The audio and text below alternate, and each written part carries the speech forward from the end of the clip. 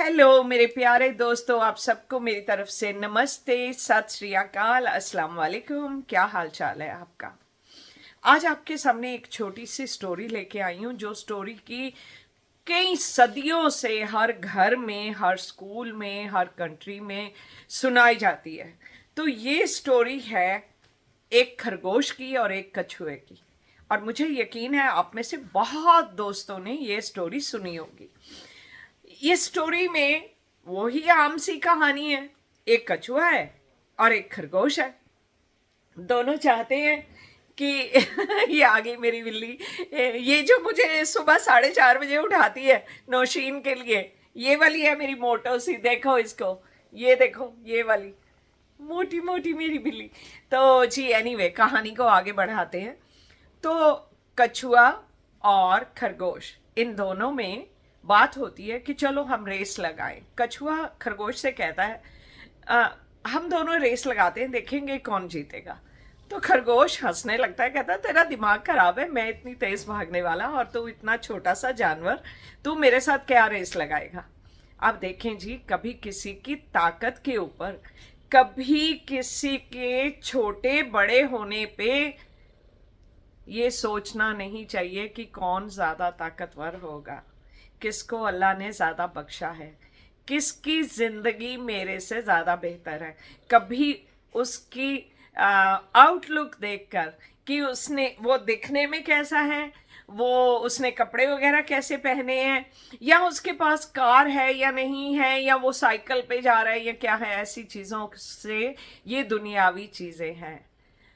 अपने खुदा की ताकत पे विश्वास करिए। और उसी ताकत पे विश्वास करके कछुए ने खरगोश को चैलेंज किया था कि चल भाई हम रेस लगाते हैं। दोनों की रेस शुरू होती है। तो क्या होता है, खरगोश को आप जानते हैं कितना जल्दी एकदम फुदक फुदक के वो कितना लंबा रास्ता क्रॉस कर लेता है, नज़रों से ओझल हो जाता है, सामने नज़र नहीं आता है। तो वही हुआ जी, यही कहानी जो हमने हमेशा सुनी हुई है कि खरगोश तो बहुत तेज तेज भाग के और पहुंच गया काफी आगे। कछुआ बेचारा आहिस्ता आहिस्ता आहिस्ता आहिस्ता चल रहा है। तो रास्ते में गर्मी बहुत है, तो खरगोश सोचता है क्यों ना मैं ये पेड़ के नीचे बैठ के थोड़ा सा सो जाऊं। मतलब उसको अपने ऊपर बहुत ज्यादा कॉन्फिडेंस आ गया। किसी भी इंसान में खुद के ऊपर जितना विश्वास होना चाहिए उससे ज्यादा कॉन्फिडेंस होना, उसको ओवर कॉन्फिडेंस कहते हैं। ओवर कॉन्फिडेंस में अक्सर लोग मारे जाते हैं। तो यही हुआ खरगोश के साथ। खरगोश वहां पेड़ के नीचे जब सो गया तो उसकी नींद लग गई, गहरी नींद में सो गया। गर्मी थी, ठंडी ठंडी हवा पेड़ के नीचे चल रही थी, तो उसने नींद आ गई, सो गया। कछुआ वहां से गुजरा, उसे लगा खरगोश सोया हुआ है, अभी मुझे देखेगा कि मैं जा रहा हूं तो ये फिर चल पड़ेगा, चलो कोई बात नहीं, मैं क्यों इसकी नींद डिस्टर्ब करूं। उसने उसे नहीं उठाया। तो कछुआ अपनी जगह पे पहुंच गया, वो फर्स्ट आ गया रेस में।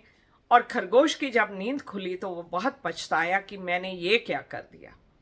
ये था ओवर कॉन्फिडेंस। आपस में एक दूसरे को नीचा दिखाने के लिए ओवर कॉन्फिडेंस जो है कभी काम नहीं आता। और वैसे भी एक दूसरे को नीचा क्यों दिखाना हुआ ना। अगर आप में ताकत ज्यादा है, आप दूसरे बंदे का सहारा बनो। अगर खुदा ने आपको ज्यादा दिया है तो आप दूसरे बंदे के लिए खड़े हो और उसकी मदद करो। तो जी अब खरगोश से बर्दाश्त नहीं हुआ। ये कहानी थोड़ी सी आगे बदल गई है आज की नए जमाने की, ताकि लोगों को आज के हिसाब से समझाया जा सके। तो खरगोश कछुए को कहता है दूसरी बार, चल अब हम रास्ता बदल के दौड़ लगाते हैं, अब देखेंगे कौन जीतेगा। कछुआ कहता है सही है बात, चल भैया तू भी चल, मैं भी चलता हूं। वही हुआ, भाग भाग के खरगोश काफी आगे निकल गया। और कछुआ जब आहिस्ता आहिस्ता चल के आया तो देखता है वहां तो जमीन खत्म और आगे पानी है। या तो वो तालाब है या छोटी सी नदी है या कुछ है, पानी है। तो खरगोश वहां खड़ा है कि अब मैं इसको कैसे क्रॉस करूं, और अगर मुझे जाना है तो दूसरा लंबा रास्ता लेना पड़ेगा, तो वहां तो बहुत देर लग जाएगी। तो वो अब उसको, खरगोश को तो अपने तरीके से जाना है, उसको लंबे रास्ते से जाना पड़ेगा। तो कछुए ने पानी में छलांग लगाई और वो पानी में तैरता हुआ दूसरी तरफ निकल गया और फिर से कछुआ रेस जो थी वो जीत गया। तो ये होता है जब आपको किसी की काबिलियत का पता ही नहीं है, आप सिर्फ अपने गुरूर में इतना घमंडी हो रहे हो, इतना आप में ईगो आ रही है कि जी मैं ही सब कुछ हूं, मैं बड़ा हूं, मैं तेज हूं, मैं ताकतवर हूं, मैं ही जीतूंगा। लेकिन आपको दूसरे की काबिलियत का पता नहीं है कि उसके पास क्या क्या काबिलियत है, वो क्या कर सकता है। यहीं पे खरगोश दूसरी बार मार खा गया। फिर भी खरगोश चुप रहने वाला नहीं था। तो खरगोश ने कछुए से कहा, चलो हम एक बार फिर से कोशिश करते हैं, फिर हम ये रेस शुरू करते हैं, फिर आएंगे इसी रास्ते से।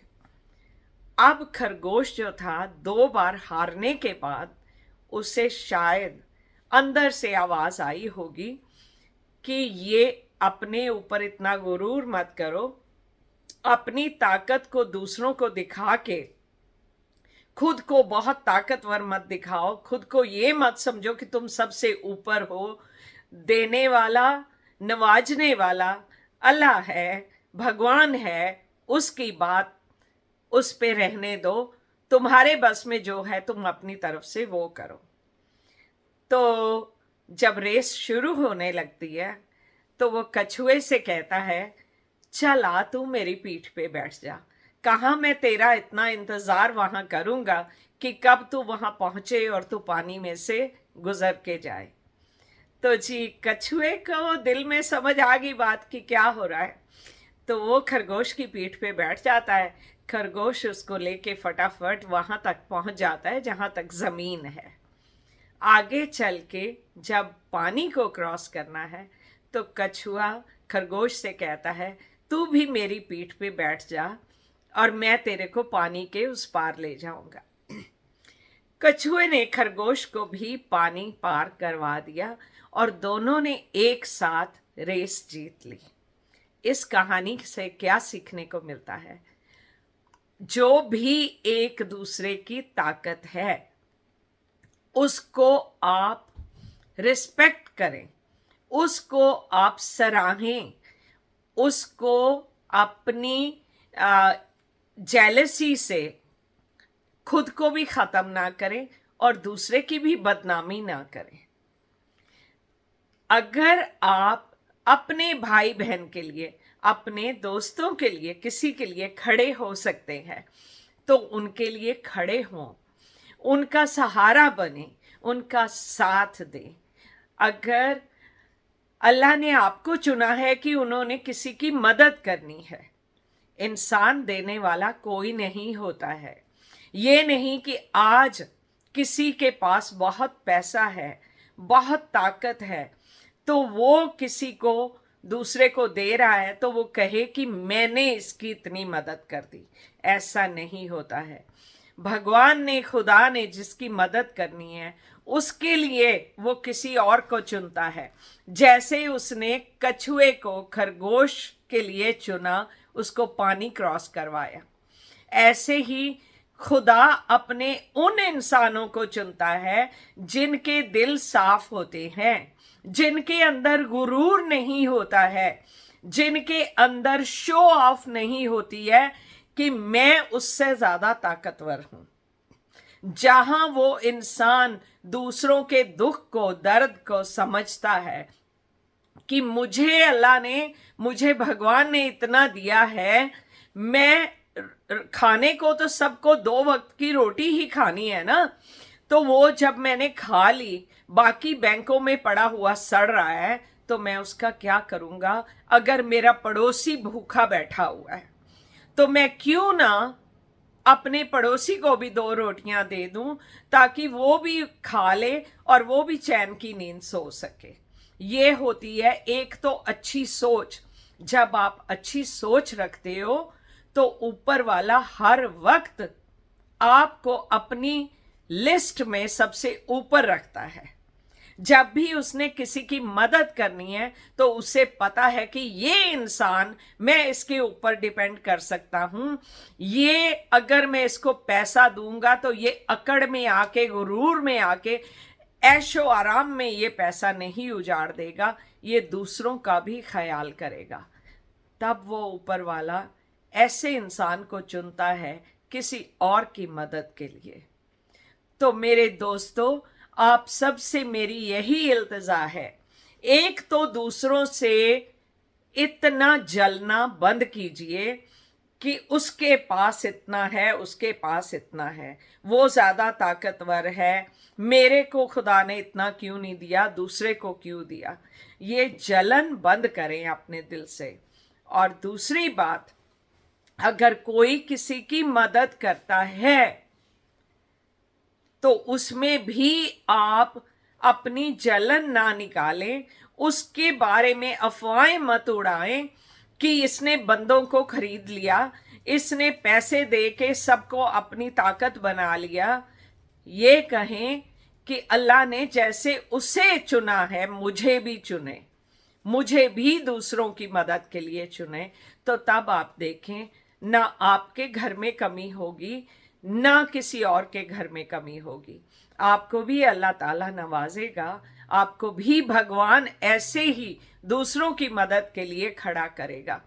क्योंकि जो दिया है वो यहीं रह जाना है, इस दुनिया में रह जाना है, वो आपके साथ आपकी कब्र में नहीं जाना।